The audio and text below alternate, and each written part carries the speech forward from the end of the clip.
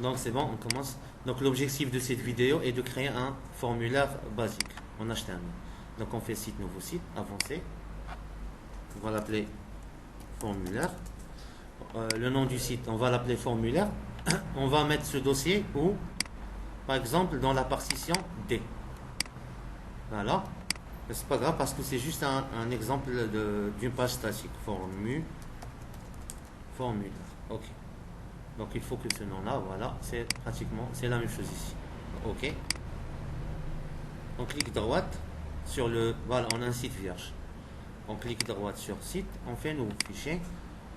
On va l'appeler par exemple connexion.html.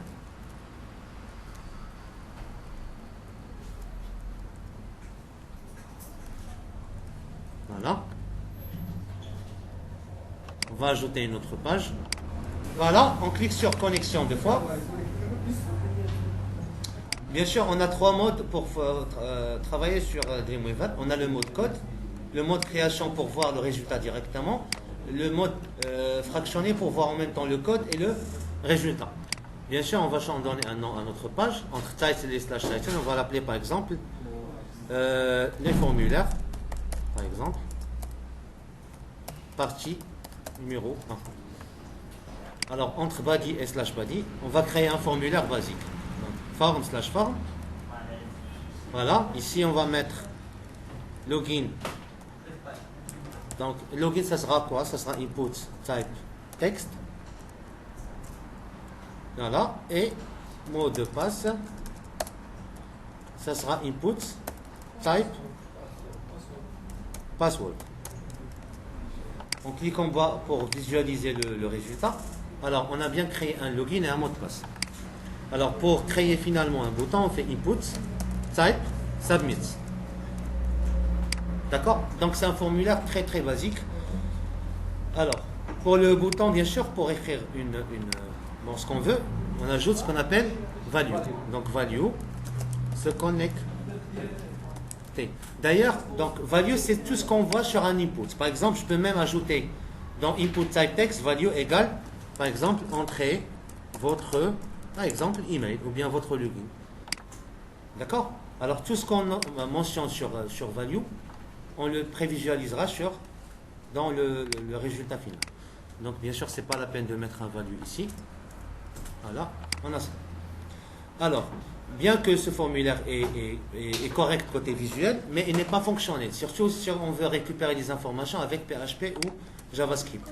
Donc il faut obligatoirement ajouter quoi? Un name, on va l'appeler login. ID, on va l'appeler login aussi par exemple. Pour le mot de passe, on va faire quoi? La même chose, name, PWD, ID c'est PWD. C'est bon? Donc le name et l'ID, c'est juste pour localiser ce champ. Si vous travaillez par exemple par PHP ou JavaScript. Règle numéro 1, c'est que le name, on peut le répéter, dans certains cas, plusieurs fois dans la même page. Alors que l'ID, c'est un identifiant, il n'est pas à répéter deux fois dans une même page. Par exemple, si tu as fait ici ID égale login, tu n'as pas le droit de mettre ailleurs, dans la même page, ID égale login. Voilà. Alors pour le bouton, c'est pas la peine de faire un name ou ID. C'est bon? Alors, on vient de créer un formulaire très basique. Bon, on peut l'afficher sur Firefox, par exemple. Bien sûr, Google Chrome. Il n'est pas installé ou bien un problème de chemin sur Firefox. Voilà, on a un formulaire, notre email ou ce qu'on veut, et un mot de passe. Si vous cliquez, on reste toujours sur la même page. Pourquoi? Parce que on n'a pas mentionné l'attribut spécifié, voilà, l'attribut action. On va l'appeler, par exemple, contacts.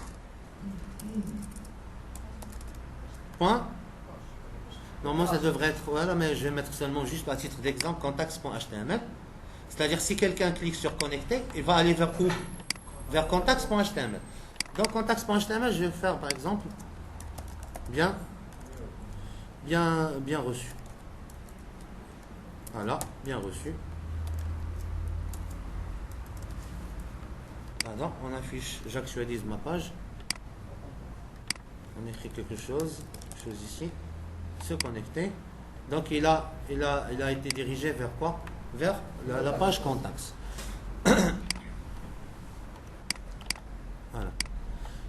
Donc, mais quand même, il reste un petit problème. Si jamais on veut faire un formulaire avec plusieurs champs, par exemple, on aimerait bien faire un truc du genre login dans une ligne et le mot de passe dans une autre. Mais le problème, vous voyez bien qu'il est déformé, d'accord? C'est pas ce qu'on a l'habitude de voir sur Internet. Alors, pour organiser un formulaire, on utilise un tableau. Bon, donc on va utiliser un peu l'assistant de Dreamweaver pour gagner du temps. Donc, on va insérer un tableau automatiquement par l'assistant de Dreamweaver. Donc, je reste toujours dans le formulaire et je vais faire insertion tableau. Ou bien CTRL-ALT-T. Si vous travaillez souvent. Voilà. On va choisir celui-là. C'est-à-dire tout ce qui est à droite, à gauche, ça sera en gras. Tout ce qui est à gauche, ça sera en gras. Là, on va ajouter par exemple un script en ligne, par exemple. Ça, c'est juste le titre. Alors, le tableau, on va mettre par exemple 400 pixels. Combien de lignes? On va mettre par exemple 6 lignes. 2 colonnes. On va mettre par exemple 2. Pas de bordure. Surtout pas de bordure dans un tableau. Alors, je clique. J'ai bien un tableau. C'est ça? Donc, on clique ici. OK.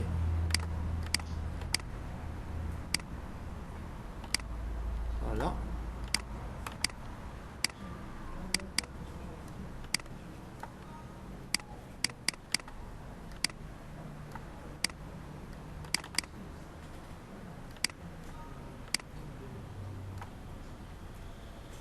Voilà, et le mot de passe. C'est bon. On a login, mot de passe. D'accord? Vous voyez bien maintenant qu'il a été affiché correctement. Et un bouton envoyer. Si on fait bien ça, on peut supprimer avant. Supprimer. OK. On va actualiser notre page. Comme ça. Voilà. On a un formulaire, donc bon, correct. Alors, dans la table, on peut même sélectionner la table où se trouve la balise Disable, c'est ça. On va ajouter l'option Align Center pour pouvoir le centrer.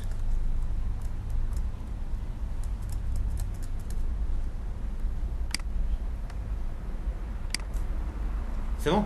Donc, on a un formulaire avec login et mot de passe et qu'on voit bien vers contacts.html.